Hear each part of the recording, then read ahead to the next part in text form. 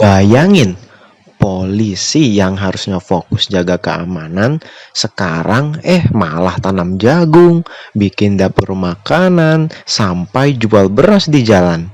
Pertanyaan, ini inovasi atau justru masalah baru buat polisi? Mari kita bedah. Semua ini berawal dari target besar pemerintah Prabowo buat swasembada pangan. Fokusnya bukan cuma beras, tapi juga padi, jagung, dan kedelai ya. Beras itu oleh TNI dan jagung dihandle oleh polisi. Target awalnya itu adalah 1 juta ton jagung. Lalu naik jadi 7 juta ton sampai akhir 2026. Ya, ini nggak salah. 7 juta ton sampai 2026. Dan di 2025, klaimnya itu sudah 30,5 juta ton jagung yang ada di gudang. Kelihatan ambisius bukan? Tapi emang beneran segitu? Mari kita cek realita di lapangan. Ketika dicek ke daerah oleh relawan Tempo atau pegawai Tempo, hasilnya jauh dari klaim. Contohnya di Mojokerto itu gagal panen jagung karena salah musim tanam. Tanam yang harusnya itu belum harus tanam, sekarang malah ditanamin. Akhirnya ya salah.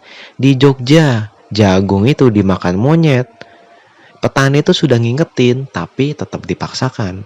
Nah, masalah utamanya adalah kurang pengetahuan pertanian oleh polisi, salah timing tanam, dan juga lahan tidak cocok. Bahkan ada yang polisi tanam sendiri, ya, bukan petani, yang malah jadi gagal.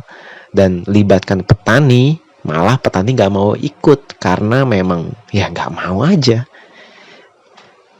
Kita beralih ke trik kejar target. Karena banyak gagal, muncul cara lain supaya angkanya tetap tinggi.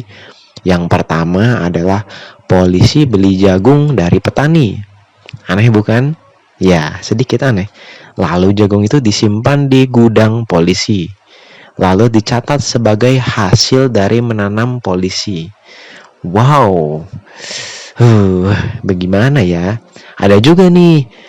Jadi ada polisi yang ambil dari daerah lain, lalu dipindahkan pencatatannya di daerah sendiri. Jadi daerah sendiri itu, misalnya daerah A, mencatatkan panen 100 ton misalnya.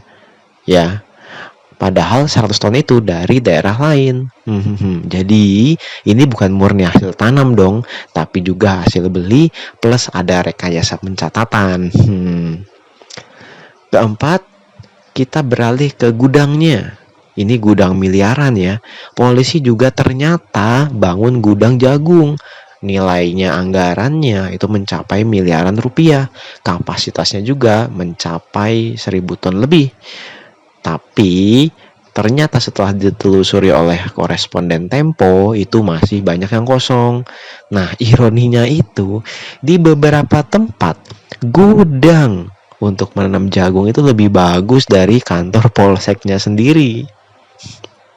Dan kita masuk ke program MBG, makan program gratis ya, makan bergizi gratis.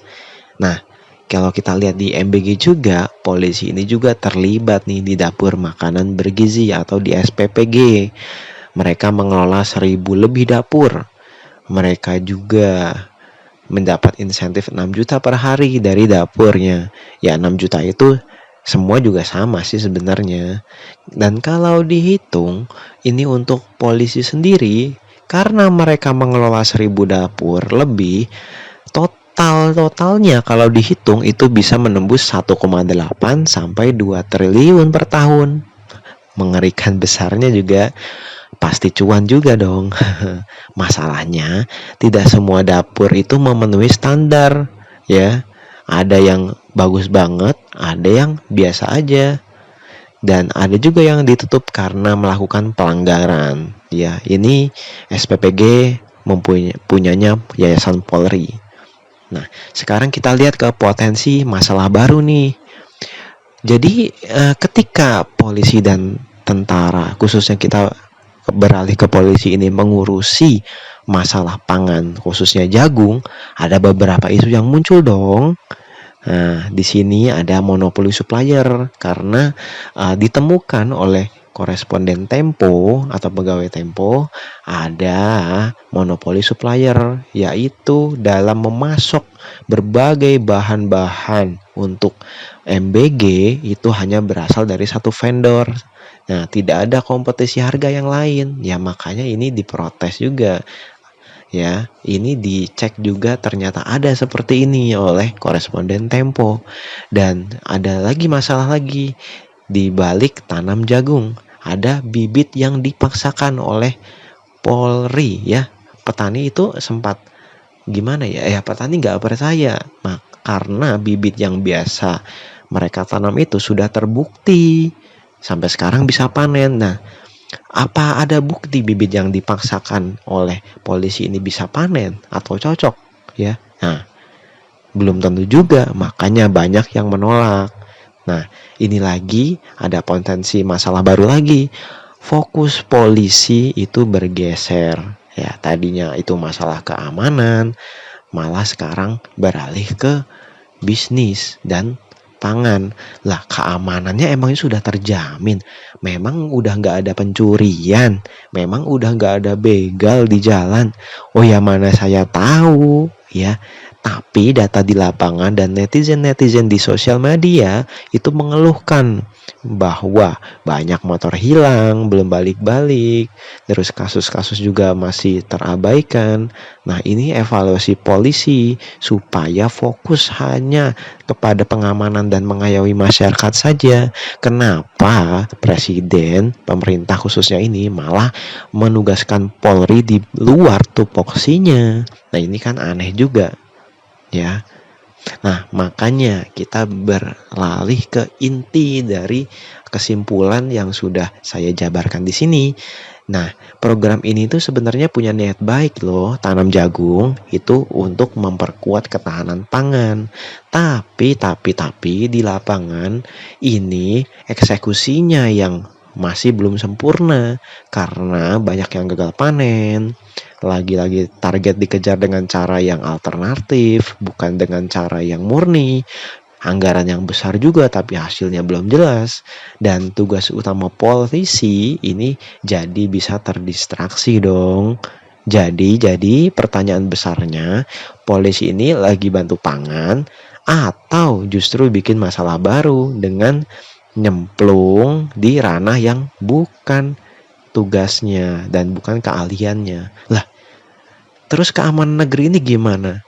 Iya, mana saya tahu dong. Mungkin menurut polisi, mungkin ya, menurut keyakinan saya, masalah di Indonesia keamanan, begal, pencurian, penipuan, narkoba dan lain-lain itu sudah teratasi. Nah, nggak tahu nih gimana. Nah, menurut kalian-kalian ini gimana? Apakah program tanam jagung oleh pemerintah kepada polisi ini solusi sebagai respon dari perangnya Iran dengan Israel di Timur Tengah itu, serta ditutupnya Selat Hormuz? Apakah memang ini adalah solusi atau ini hanya sekedar pencitraan? Nah, makanya tulis di kolom komentar pendapat kalian yang menurut kalian bagus untuk disampaikan di channel ini. Dan jangan lupa subscribe kalau mau bahas isu kayak gini tanpa basa-basi dan akan saya ulas dengan lebih panjang dan lebar serta tinggi. Nah, makanya stay terus dan stay di channel ini. Bye-bye. Oke, jadi yang jadi pertanyaan adalah polisi ini sebenarnya maunya apa gitu ya. Di dalam pemerintahan Prabowo ini sebenarnya polisi itu bertugas sebagai apa sih? Apakah sebagai lembaga keamanan ataukah mereka sebagai ibarat katanya pembantu dalam melaksanakan keinginan politik dari sang presiden? Soalnya tanam jagung ini adalah instruksi juga dari presiden. Dan apakah presiden itu nggak keberatan atau nggak ada bagaimana ya, kayak nanti polisi kepercayaan menurun karena tugasnya itu di lapangan sudah berat loh, dan banyak PR-PR yang belum terselesaikan, tapi malah ditambah beban seperti ini dengan menanam jagung. Apakah presiden kita sadar? Apakah presiden kita memang eh, tidak sadar atau tidak peduli dengan kasus-kasus kejahatan yang masih marak dan buruknya rapor polisi di masyarakat? Bagaimana tanggapan kalian? Ya, tulis di kolom komentar. Bye bye.